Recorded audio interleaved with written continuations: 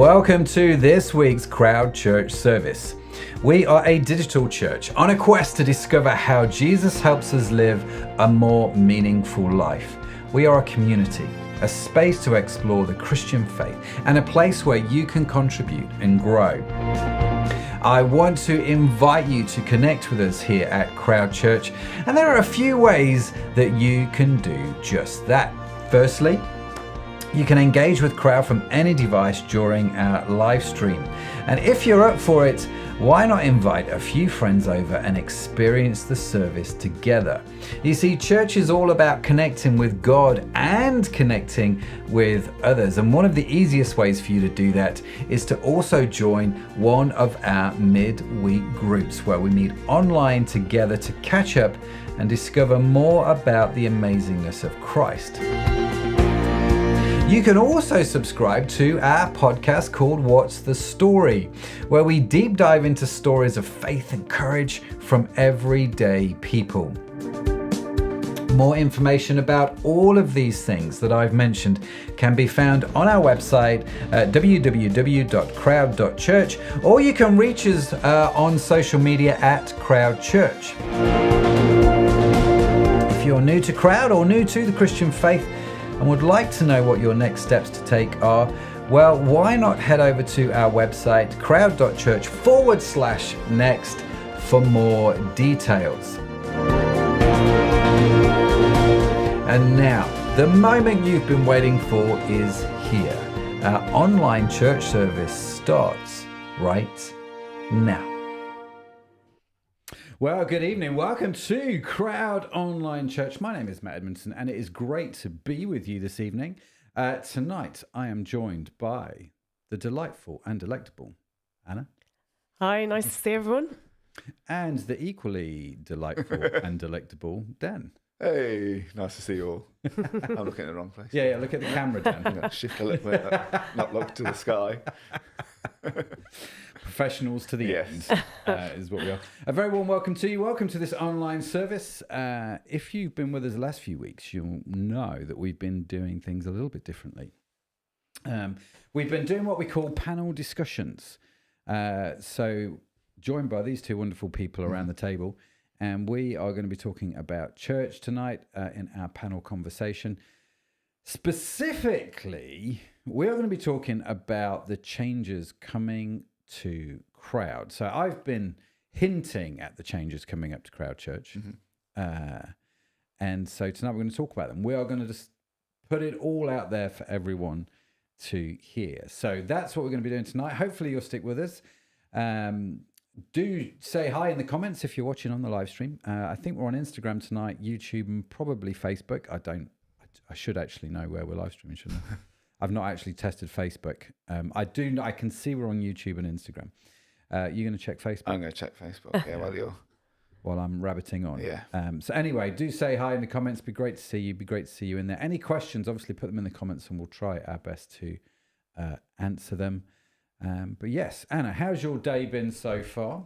It's been good. Yeah. It hasn't been the most exciting day, but just, an average Sunday, really. We went to church this morning and then... so that wasn't exciting. Yeah, well, that bit was good, I guess.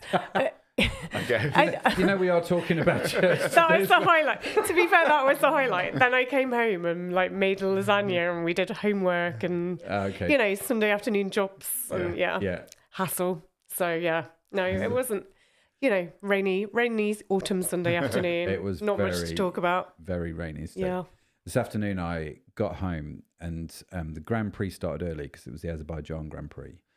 And Lawrence, by the way, hi. Matt says hi in the comments. Great to see you. I was watching the Grand Prix, and because I didn't get to see the start, there was a lot of questions that I had.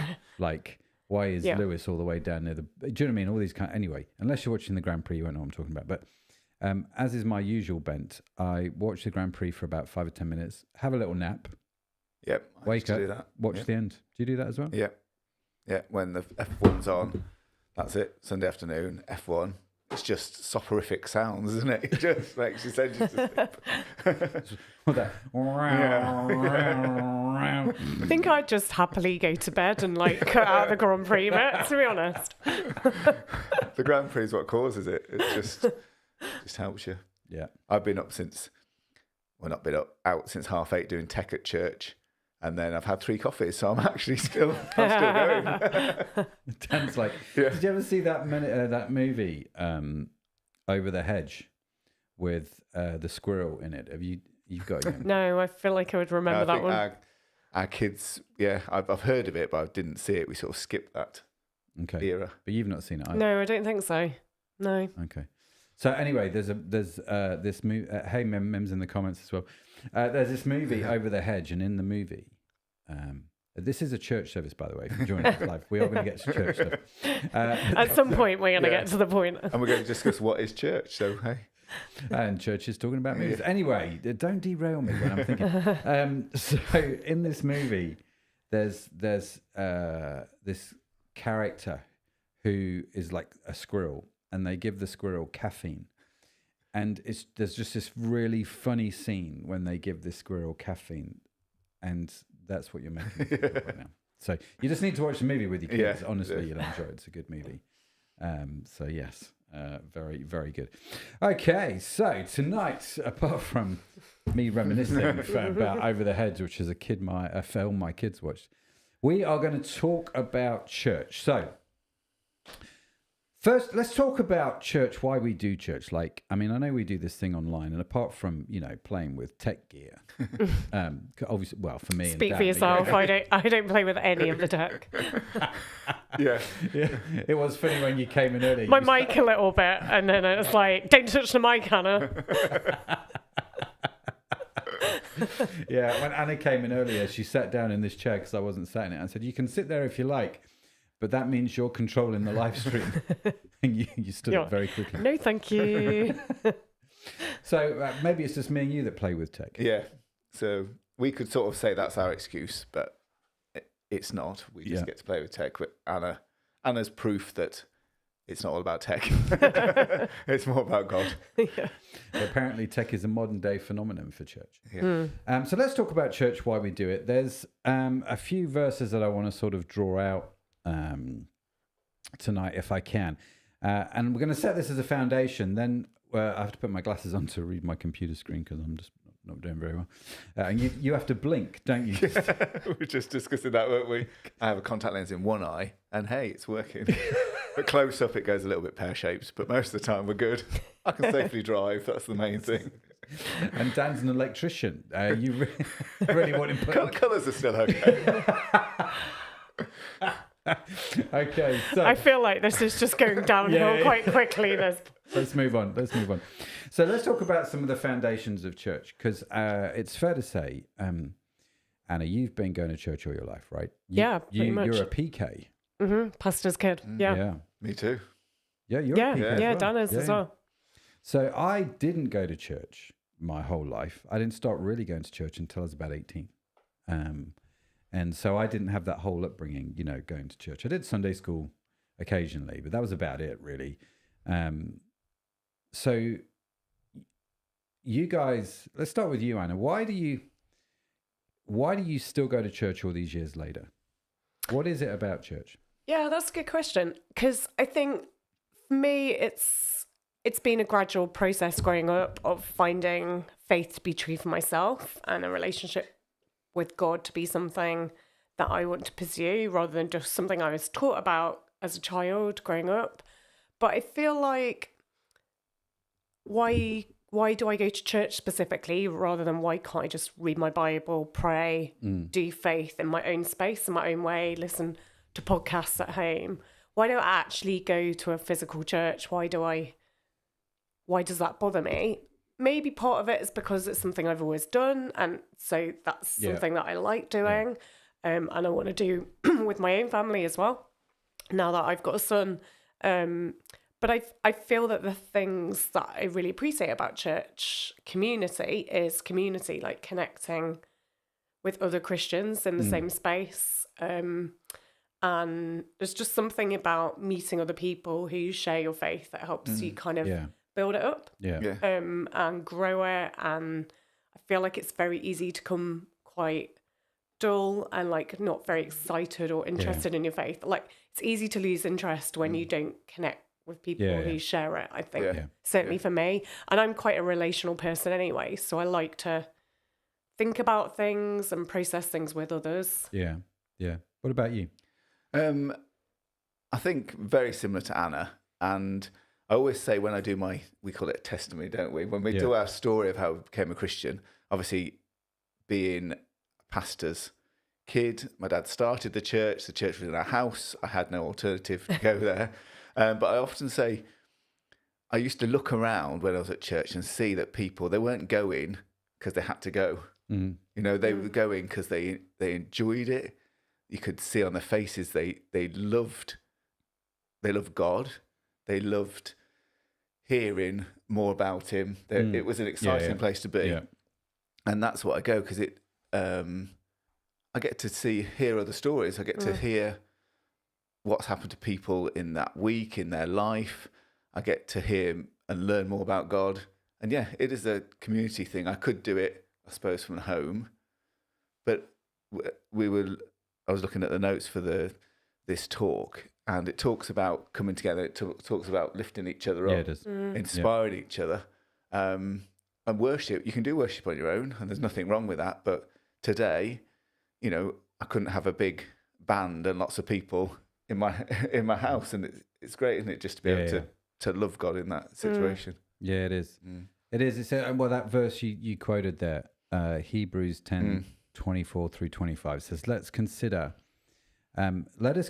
how to stir up one another to love and good works, not neglecting to meet together, as is the habit of some, but encourage one another, and all the more as you see the day drawing near. So let's consider how to stir one another up to love and do good works.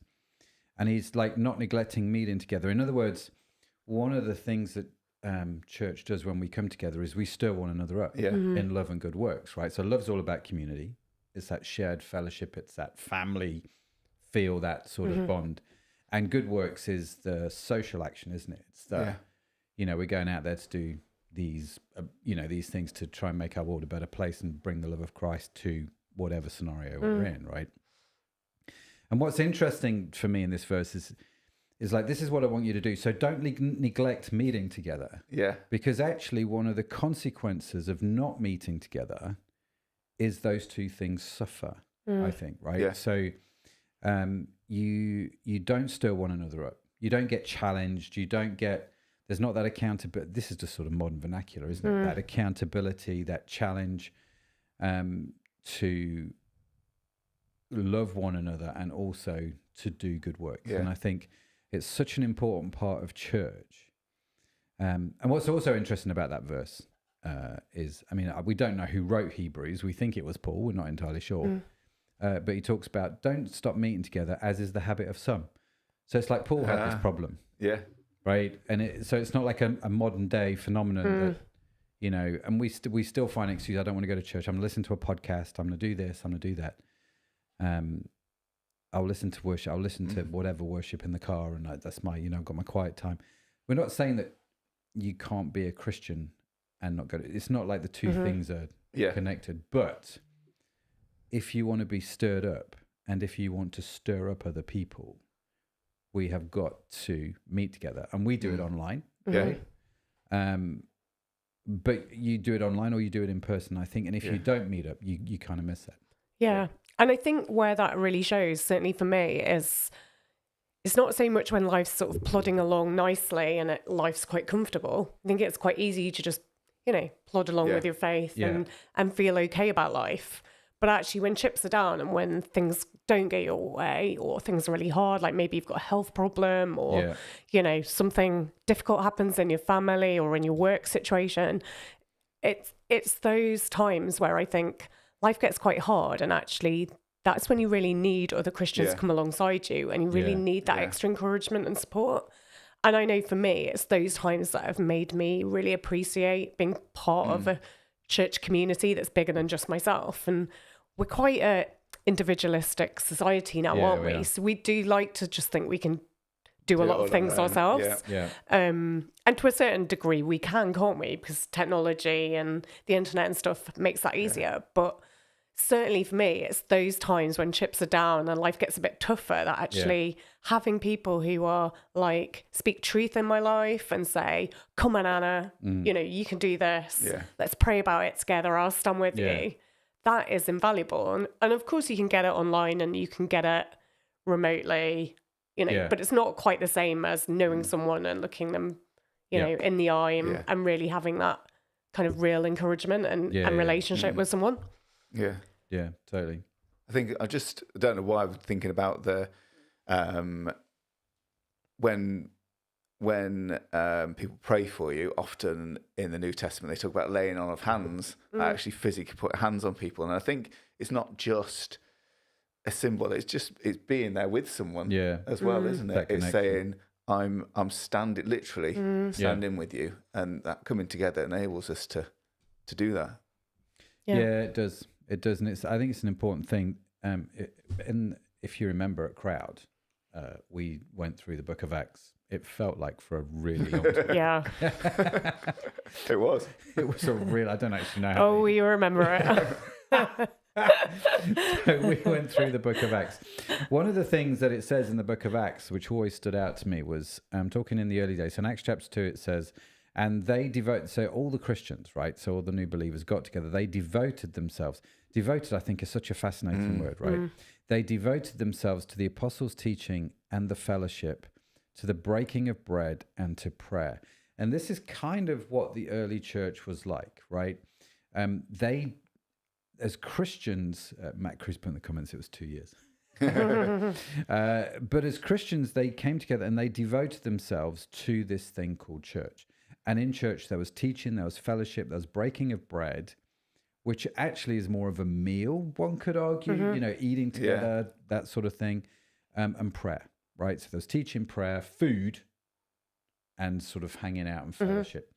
And all very good ingredients, I feel, for a good church service. But that coming together, that encouraging one another, it goes on to talk about how they all gave to one another. They were super generous. When someone was in need, they were all very generous and gave. And I think there is that encouragement. I've often been challenged, right, about church, you know, and the belief that if I go to church with a consumer mindset, which is, what will church give me today? And if I don't get that, I'm going to be annoyed, right? So i.e. the worship was bad, the teaching wasn't great, the pastor wasn't on point, the person doing the notes, I didn't like their shoes, you know, whatever it is, that sort of consumer mindset. Whereas when you read scriptures like the one in Hebrews, in Acts, Ephesians, and all that sort of stuff, and what you were saying, Anna, it's all about encouragement, right? So the question is not, did church give me what it was that I needed? The question is, did I go to church ready to encourage somebody that needed to be encouraged? And I think I get really challenged because I don't always go to church with that attitude. Do you know what I mean? I don't know about you guys. Yeah, I'm not perfect either. Shock. You're not? No. That's not what Lisa said. Yeah, but it's one of those, isn't it? I think that there is an attitude, there is a mindset, I think, that has crept into church in the culture. Bit sort of TED Talk, like we just go and receive what little bit of theology did we get? What bit did we disagree with? Yeah. It can be more kind of, again, like self-centered, can't it, in a way? It's like, what can I get from this? What can I learn? How can this make me feel better? Rather than how can I contribute to the big picture here and this community and this group of believers? And I always feel like, although nobody has to go to church, if you aren't part of a bigger gathering of or group of believers, how are they missing out by you not being there? That's what I always think. Like, what gifts are you not bringing? You know, that someone else could benefit from, which is kind of a similar thing, isn't it? It's such a powerful question. I think in the week, having prayer times, reading, you get to get these revelations, don't you? And God gives them, and often they are for you, and you can learn from that. But there's also, you think, someone else is in that situation, or this is just bubbling over. Who can I tell? And that gives you that opportunity to do that, to speak that word. It might be just right for that person as well. Yeah. Yeah, it's a really powerful point, isn't it? That actually, I think we have to fight this consumerist mindset. Yeah. And you're exactly right, Anna, that when I go, if I don't go to church, who's missing out? It's not just me missing out. Who was I supposed to encourage? Who was I supposed to minister to? Who could I have helped? Who could I have been generous to that day? And so there's a scripture which talks a lot about this, to the point in Corinthians. So Paul, writing to the church at Corinthians, St. Paul, the Apostle Paul, he's writing to the church and he's talking about the church as a whole. And he's referring to the church as the body. And so this is one of the ways the Bible talks about church, isn't it? It calls it the body of Christ. So listen to this. It says, for just as it's quite a long scripture, by the way, so get ready. Just as the body is one and has many members, all the members of the body, though many, are one body. So it is with Christ. In other words, all kinds of different people, all kinds of different ideas, ideologies, all kinds of different experiences, backgrounds, culture, but we're all one. Right? There's no messing around. And then he goes on to say, just sort of scrolling down in 1 Corinthians 12, the eye cannot say to the hand, I have no need of you, nor again the head to the feet, I have no need of you. On the contrary, the parts of the body that seem to be weaker are indispensable, and on those parts of the body that we think less honorable, we bestow greater honor. And he's sort of talking about this, isn't he? In other words, and he goes on to say, if one member suffers, all suffer together. If one member is honored, all rejoice together. You are the body of Christ and individually members of it. In other words, you might be, I don't know, a hand, a foot. I don't know what your position is, but and neither does Paul. What Paul's saying is it doesn't really matter. Every part of your body is critical and important for it to function well and healthy. And so to see your part, to see actually it's important. And this again comes back to, if I don't go to church, the body suffers, not just me, right? Because we're all in this together. We're all one. And so I think it's such a powerful point. Have you ever, with the whole consumerism thing, have you ever felt tempted just to do that? Absolutely. Yeah. And like Anna says, sometimes it is, you just consciously, you've had a rough week or even just a tiring week and you just rock up. And sometimes it's not, sometimes that's just the place we're in and you just take it in. But yeah, other times I've gone and it has been a wrong attitude with me. You know, I might have got something from it, but I could have put something into it as well. Definitely. Yeah. Yeah, that's a powerful point. I was talking to a lady yesterday, not yesterday, the other day. Just start getting involved in a local church. Became a Christian recently, and it's a bit like, you know what? You'll get out of church what you put into it, right? It is one of those. It's like if you just go and expect it to feed you all of the time. And don't get me wrong, right? There are seasons where you just need to do that. Yeah. You just need to go sit in the worship, sit under the teaching. You're not there to minister to anybody else. You're not there to encourage anybody else. You're there to be encouraged, right? And there are seasons that we do that. But seasons isn't a lifelong event, right? And so sometimes that's true. Most of the time it's not.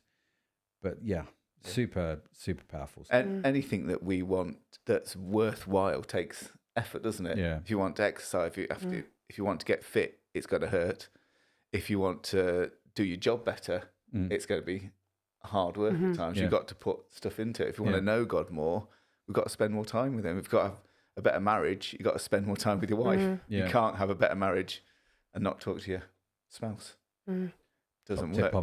Top tip on marriage. Something I've learned in my years of marriage. I do need to talk to my wife. Definitely helps. Yeah. No disagreement from me there, Dan. Hi, Sarah's in the comments saying hi. Hi, Sarah. How you doing? But yeah, I think it's one of those where you're right. You get out of if church is not working for you, the question you first need to ask is, what are you giving to church? Yeah.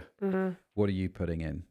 And church is one of those really unique places where everybody has an opinion.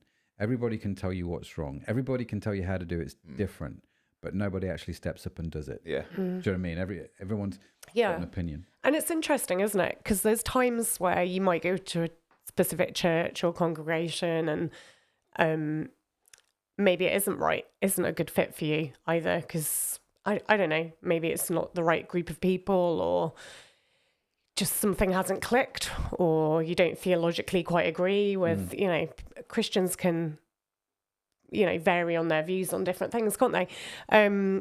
But yeah, at the same time, it is a really good point and sometimes it is right to try a different service or a different church, but also there's no perfect church. And I think that's really important to say, because what is church? It's just a group of people who are coming together and trying their best to follow God, and they're all imperfect, just like we're imperfect here.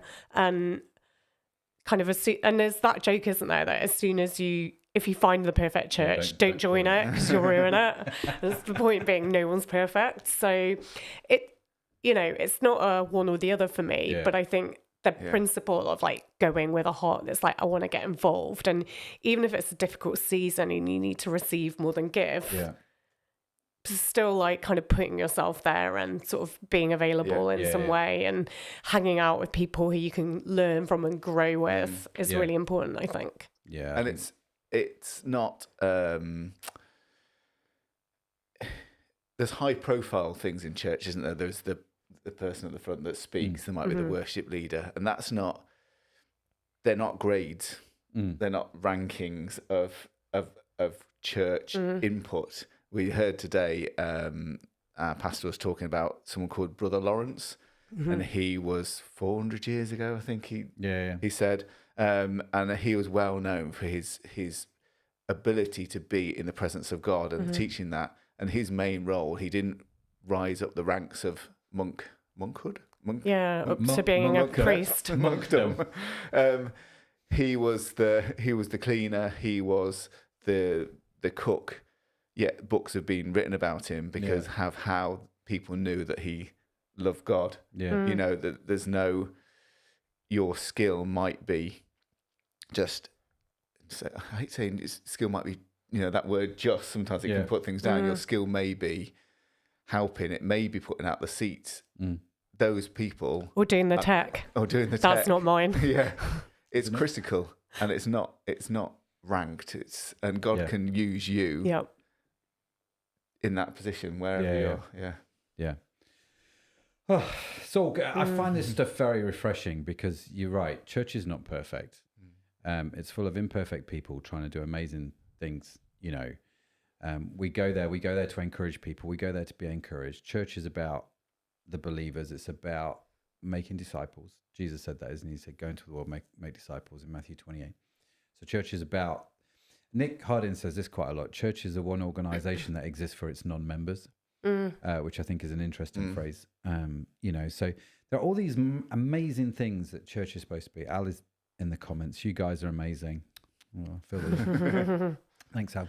You're a legend.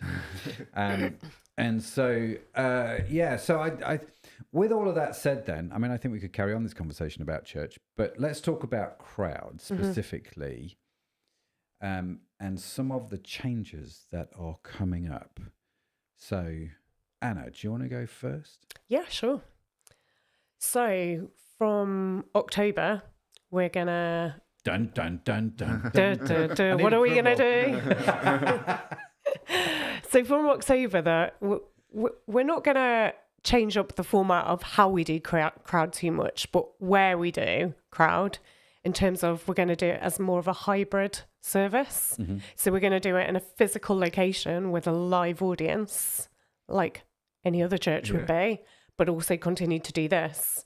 So we're going to do the same things, like we'll have a bit of a talk and conversation street where we have a bit of a discussion about that talk. So this kind of, the way we do church is going to look the same, but actually how we do it in terms of where and is going to be more hybrid. So we'll have that physical audience, but also still the online stuff as well. So a bit different. I'm looking forward to it. I was thinking today, perhaps we should have that little bit at the bottom of a sitcom that says "crowd is filled before a live studio audience."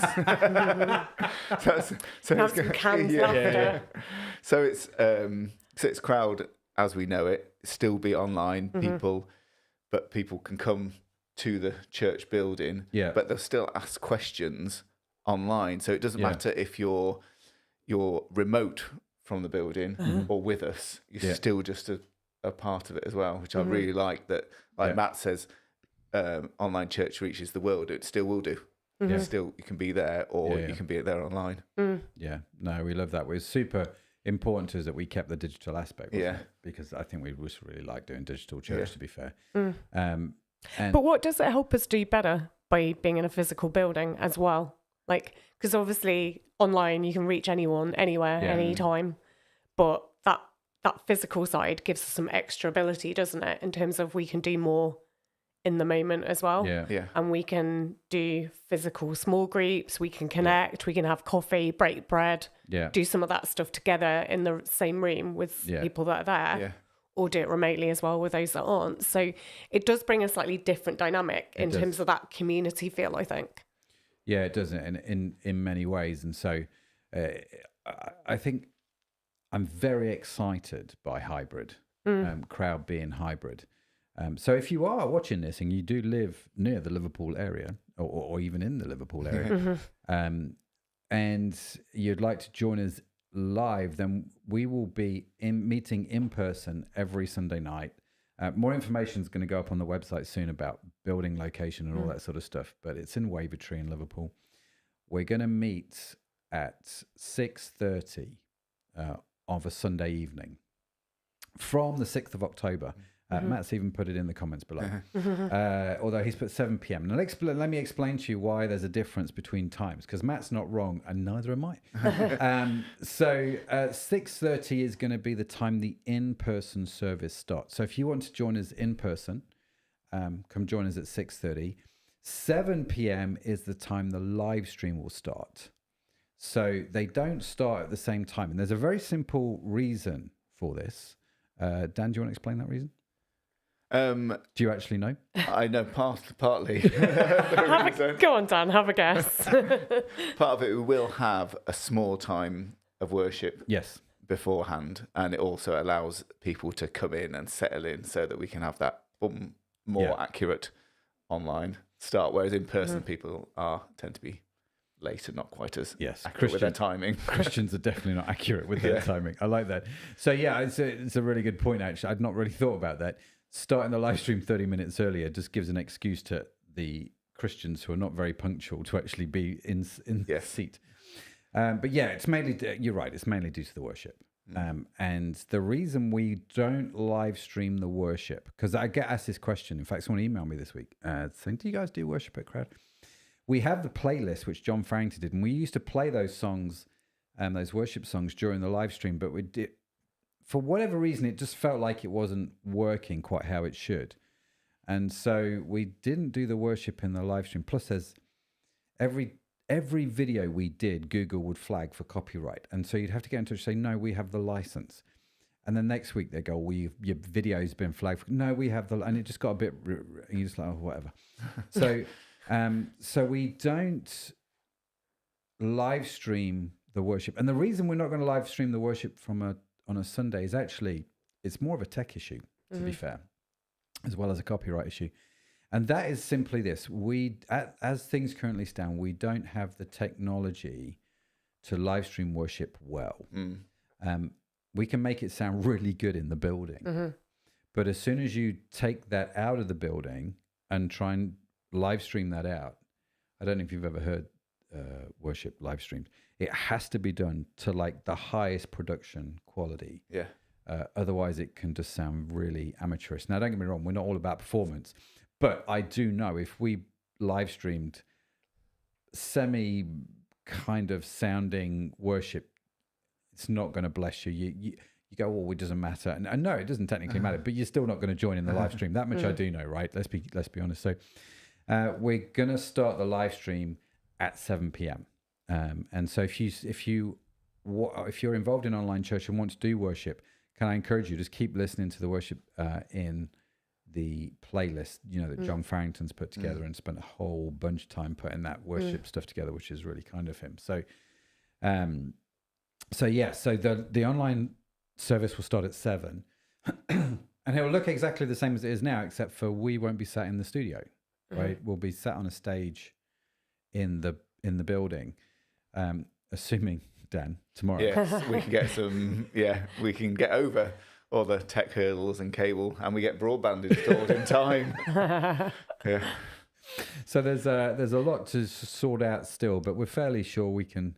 We're just going to get ahead. We're just going to plow on, aren't we? Yeah. We'll sort it. We'll fix it. We'll fix it, even if we have to get Elon's Starlink to help us out for a while. But yeah, so we're going to start the first weekend of October. Like I say, if you're in the Liverpool area, do come join us in person if you'd like to. We would love to see you there, but it does start at 6:30, not 7 in person. 7 p.m. is the online live stream. So just a little distinction there. So talk-wise, who wants to talk about what's going to happen with the talks, and are they going to be different, Anna? Yes and no, I think is the right answer. We're all looking at Matt like, is this right? There's a marking. I just want you to know, I'm grading. I say yes and no because the talks are going to be kind of similar to what we've been doing now. So they're going to be like 15, 20 minutes. And then we'll have a bit of a discussion about it, just as we do now. I suppose they're different in that sometimes someone might do a live talk from stage. Yeah. And sometimes it might be pre-recorded. So then it'd appear just as they do now on the live stream. But if you're watching from outside of the building, if you're watching online from anywhere in the UK or beyond, then to all extents and purposes, no, it's not very different to now. Yeah. But if you're obviously in the building, it might be different because it'll be on the screen behind us, or there'll be someone physically with us doing the talk. Reaction than there's never been. Online talks in the past have literally just been talking out to camera. To camera, and it still will be to camera, but there will be some, I would have thought, reaction from people physically in the building. Yeah, well, maybe they might start throwing tins of. We need to get some canned laughter, don't we? Just in case. That's exactly what we need to do. But yeah, no, that's true. And I think I don't know how many talks will pre-record and how many will be done live. I think that's going to depend entirely on the speaker. We're going to give them the option. I think if you're online, it makes no difference. I think it, like you say, it'll make a difference if you're in person. But I think as long as every talk is not a recorded talk, then when you come to in-person church, you'll be fine. I think I've been into church services where, the American megachurch, and I'm not saying we're an American megachurch, Lord, they're awesome, but that's not us. I have been into a church where there's 5,000 people sat in the building watching a video of their pastor speaking because he's speaking at another campus. And I'm like, this is just a really interesting concept. And I still don't really know how I feel about it. I mean, I'm not a member of those churches. But we will be doing at Crowd some pre-recorded talks. So if you do turn up in person, there may be some talks which are going to be in person. I do know, for example, Pete Farrington, who is a regular speaker on Crowd, in October, one of the things that we're going to do, teaching series-wise, is we're going to spend between now and Christmas going through the book of Philippians. We're going to do Christmas. Then in the new year, we're going to pick up the whole series that we've started on wholeness. The reason why we're putting a little bit of a break in the teaching series is it just didn't really make sense to launch the hybrid service sort of halfway through a teaching series. So we thought we'll bring that in January. And so Pete Farrington, who's going to do one of those talks, he wants to record the talk, for example. I'm going to do a mixture, I think. I'm going to do live talks and I'm going to do some to camera. All depends on my schedule and what's going on. That's the beauty of hybrid church and all the tech these days is we can do that. So Anna, you get an A star for the. Did I answer it well? Very well. Yay. I love it. It's not like we've not talked. I just want you to know, it's not like we've not all talked about this. Yeah, great. We kind of make it seem like we're just making this up on the spot as we go. Matt just does have a plan. It's been in place for a while. It's just that we're not very good at remembering it. Yeah. Memo to self. Anyway. So we are going to have the talk. Now, the other thing that we're going to have, because I love how we do this at Crowd, is we're going to have 2 hosts. Now, today we've got 3. We've got the panel, which actually, I have to say, I quite like. I quite liking this, yeah. Are you liking the 3? Are you liking the 3? I like the 3. Yeah. Tell us online if you like the 3 or prefer 2, because that would be good to know. It really would. I'm genuinely curious to know what's going on. But I do like this where you have 2, possibly 3 hosts. I think we're going to start with 2, just purely from a logistics and resource issue.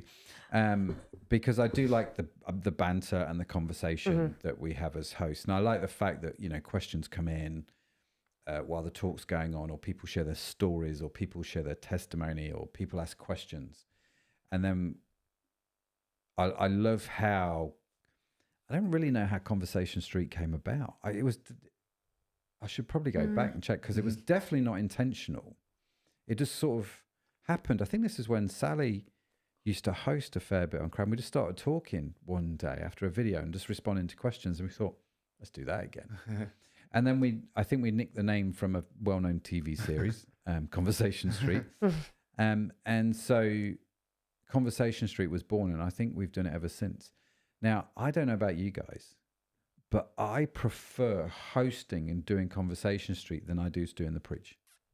I really enjoy this bit, because you get to ask questions and answer questions that you've been wanted to know as well, haven't you? It's talking about God stuff with people. I love it. Yeah. Just, you can't help but grow. You can't help but love God more, because you realise all that He's done and all how He's conveyed that message. Yeah. I love it. Yeah. What about you? Yeah, I agree. I feel like talking about your faith and applying it is kind of, you almost grow more out of that than just listening and consuming. It's like that applied learning, isn't it? Well, I think this. What do you think? And then you sort of go, oh yeah, that's a good point as well. And so your understanding grows as you converse together, and that's with people online as well. So I love the fact that we can kind of share ideas and knowledge of God and all grow together in this conversation, rather than just kind of listening and being like a consumer again. Yeah. And it's sort of a one-way thing, isn't it? It's like, I'm consuming something that someone's telling me, and then I'm either agreeing or disagreeing mentally as I'm listening, and that's that. Yeah, you're right. And whereas with Conversation Street, you can get involved in the conversation, you can contribute to the conversation, and that's one of the things I've always loved about. I've loved about Crowd since we started doing it. That ability just to go, well, hang on a minute, what about?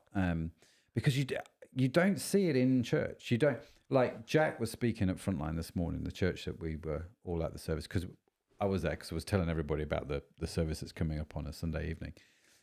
So full disclosure, Crowd is part of Frontline. So Frontline's evening service will become Crowd's on service, and Crowd will become Frontline's evening. It's going to kind of be this new evening service that we're going to launch with Frontline.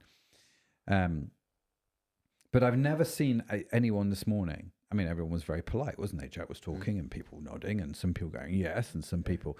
The guy next to me, John, great guy, sits on the front row of church every Sunday, falls asleep, and he's just part way through Jack's talk, he's like, and then he started talking in his sleep about something, about calling the police, and I'm just nudging him. You're right, John.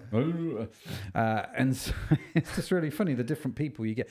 But other than John falling asleep, most people are quite polite. What they don't do in the middle of a talk, or what they don't do during the service, is put their hand up and go, hang on a minute, I've got a question about that. So Jack was talking about purpose and going, sorry, can you just explain that? It doesn't make sense. Or what about ... right? And so that's why I love Conversation Street. That's why I love online, because when stuff's on there, you can write in the comments, you can ask the questions, and we get to see what those are and get to be part of that conversation. Yeah. And so it's super important that going forward into the hybrid church, we keep that element of Conversation Street, because I would totally miss it. It's my favorite part of the service.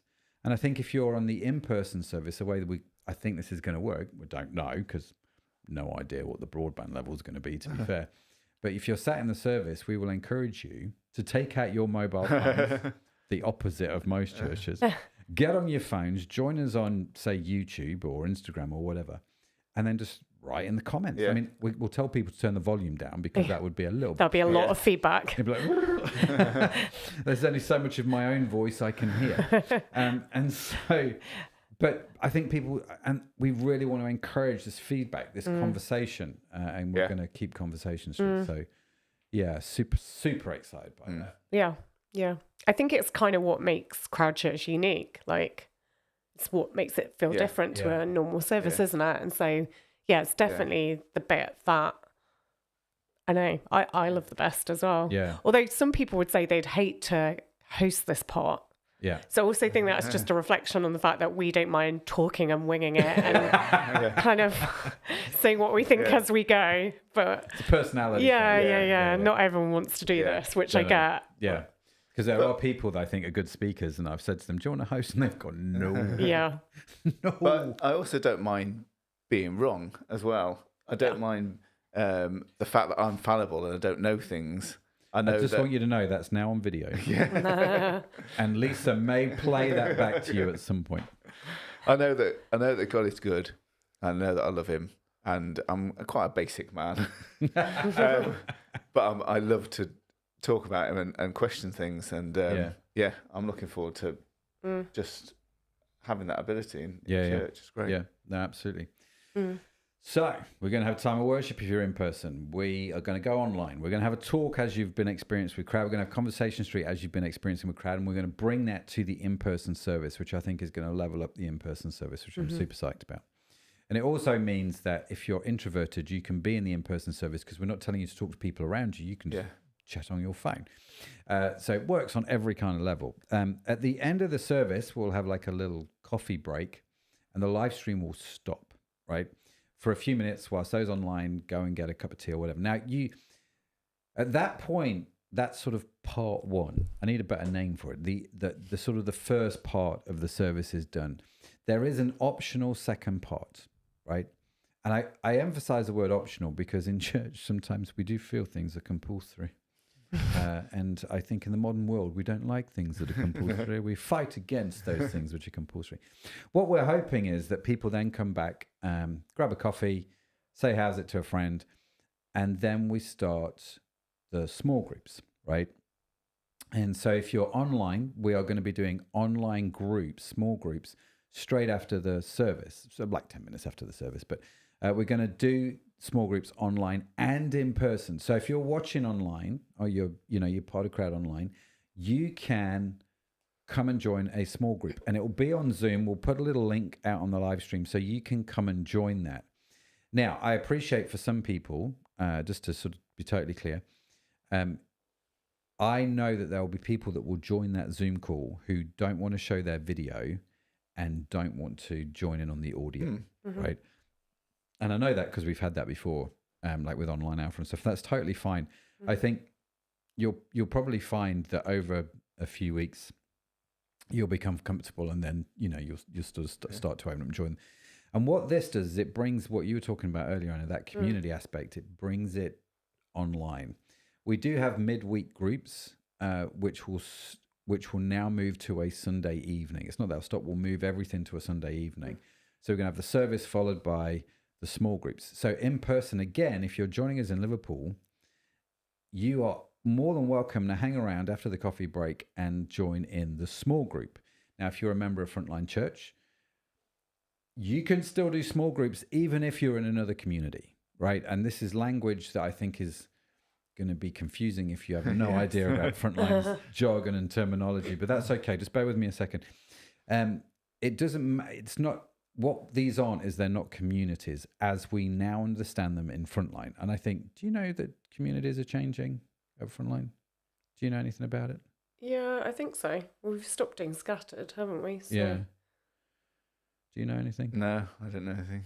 There's lots of not techie jargon. There's lots of things. Frontline does missional communities, and I think, and I don't want to put words in Jack's mouth, or Jen's mouth, nor do I want to preempt. But he's going to. I don't want to preempt any announcement that they're making, or may not be making. I don't know what they're going to look like going forward.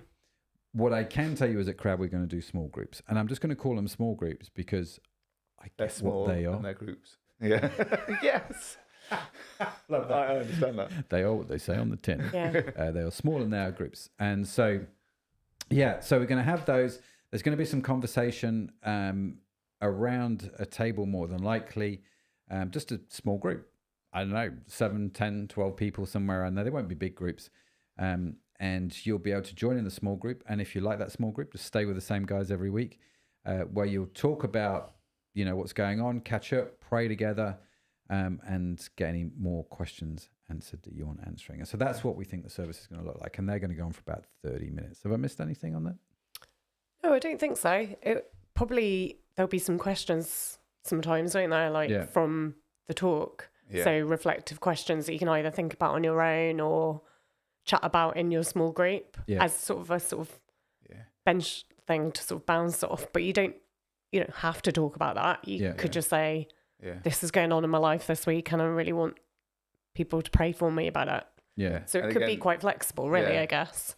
There's no pressure, like you said. You don't have to stay for that bit. We don't want to come and have the almost anonymity of Conversation Street to ask the questions and then feel like, you've been, you've got to ask questions. You don't have to. You could stay. You could be silent. You could leave and come back just for the first bit. We just want to be able to, for you to be able to get involved, ask questions, learn more about Christianity, about God. Yeah.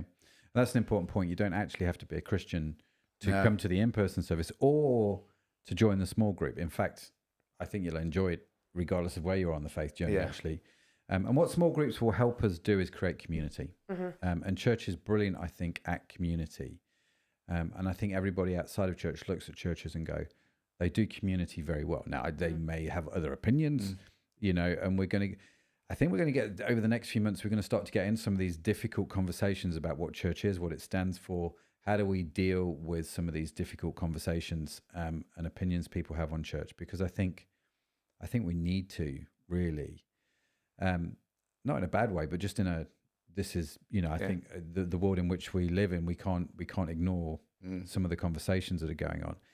But that said, I think everybody looks at it and goes, community is a really cool thing. And so we are going to be doing community in those small groups, and you'll get to know people. And don't worry if you don't know what small groups join, because there's going to be some awesome person who is yet to be named, who will go, if you want to join a small group, they will help you, tell you where to go. They'll introduce you to the small group. They'll make sure everything, the whole journey, we want to be really smooth, really inviting, really warm, really welcoming. So if you come to church, if you come by yourself and you are, you've never been to church before, you don't really have a Christian faith, we want it to work for you as much as a person that has been the front line for 30 years, knows every man and their dog, like me, I suppose. Do you know what I mean? It's got to work for everybody, I think, on that journey. And so the only thing to probably say about the evening service, which I think is important, in person, there will be no kids' church. So there's no child care. So there's no activity for your kids to go out to. So if you come along with kids, which you're more than welcome to do that, but they'll be sat with you, and you'll have to look after them through the service. So that's probably the only thing to say. Again, for a number of reasons, really. One is resource, and two, I don't know how many people would bring their kids to church at 6:30 of a Sunday. Really, would you? No, because my son's only 9, and by the time we finish, it'll be about 8:30, getting on towards 9 p.m. on a Sunday night. He's got school the next morning. It's too late. Yeah, it's too late. If you've got older kids, like teenagers, they're well welcome, but I think younger kids would struggle with it probably. Yeah, they might get a bit restless. But I think actually, I until we do this, I don't actually know what it's going to look like. But in my head, what it looks like, I think when my boys were teenagers, they would love what we're going to do, and I think they would engage with it. Especially if there are teenagers coming along, we will probably put them in a small group with other teenagers, right at the end, so they don't have to sit with, unless they particularly want to sit with dad, which they'd be more than welcome to do as well. So, we're going to try and make it accessible for everybody.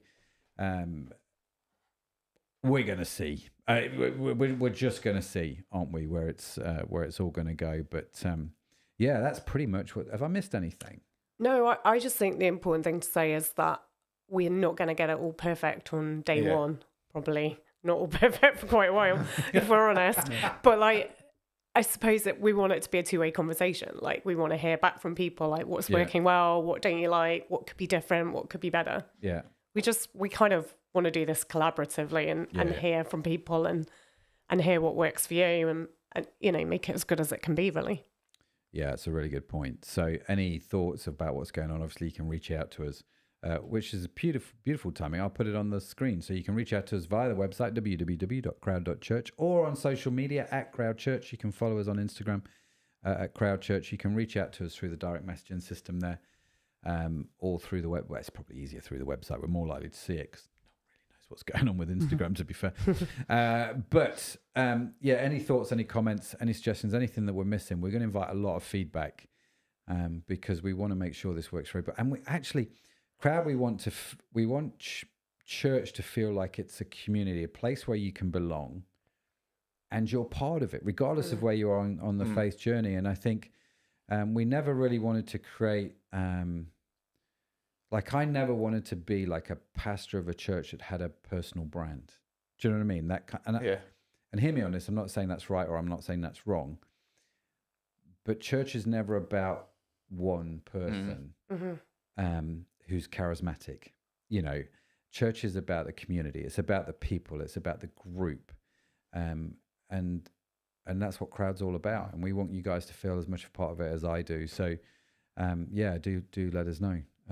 Well, just to sort of interject there, when I've been thinking about today and what church is there another organisation where you get to talk, no matter where you are in the situation, in the organisation, in the ranking, you get to talk to the boss. Yeah, you know, that's what I love about Christianity. You get to talk straight to God. There might be. I'm glad you we do mean God, not Matt. No, that's not the boss. Matt is definitely not the boss. Everyone's like, phew. Yeah, I was panicking for a second then. I'm like, I don't want people calling me. Yeah, you get to talk straight to God, don't you? Isn't that? Yes, you do. You do get to talk straight to God. You bypass Matt, which is a beautiful thing. You don't need Matt, Dan, or Anna to get to God. Yeah. You don't need an appointment. You can just do it straight away. And so you know you're right. You're very, very true. Matt says, "What's happening next week?" Anna, what's happening next week? I feel like he always does this to me. I don't think you've told me, so I don't know. You told me. You probably did tell me about a month ago. I can't remember. I'm sorry, guys. I can't remember. Tell us, Matt. What's happening next week? Oh, it's just too easy. Well, it does happen pretty much every live stream. I'm surprised you don't come in and say to me, "Right, Matt, tell me what's happening next week." That's because you're always too busy like messing with the tech just before we go on air. I'm not really. I'm just looking busy. This is like a window behind how Crowd Church is minutes before we go on air. Yeah, we should. That mic's not working. Why can't you get that screen straight? We should put like a camera up one day and just film like the whole backstage. Outtakes. Yeah. Bloopers.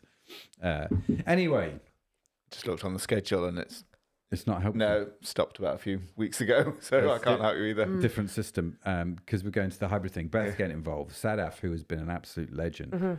And actually, let me just say this. Sadaf has been working tirelessly behind the scenes, putting together schedules and arranging people to host and to speak and do all of that good stuff. And she has been an absolute legend. And so, Sadaf, thank you so much for your help. Hopefully... that is now going to become the responsibility of somebody else who we don't quite know who that's going to be yet. But anyway, that's another problem for another day. No, Sadaf has been great. So that's the reason why that one's not up to date. The other one, which I do have access to, is up to date. So next week, we are talking about politics. Because we thought, let's go for something a bit easy. Not contentious in any way. Especially with the US elections coming up, and obviously we've had an election recently in Britain, and just talking about a biblical response to politics. is going to be a very tight rope we're going to walk next week. But I think we need to have the conversation. And so we are going to be doing that. It's going to be another panel conversation. So no specific teaching. We're just going to throw out some scriptures. We're going to talk around it. And hopefully it's going to work okay. What we're not going to do is sit here and go, oh, the Democrats are rubbish. Oh, the Republicans are rubbish. Oh, Labour's rubbish. Oh, Conservatives are rubbish.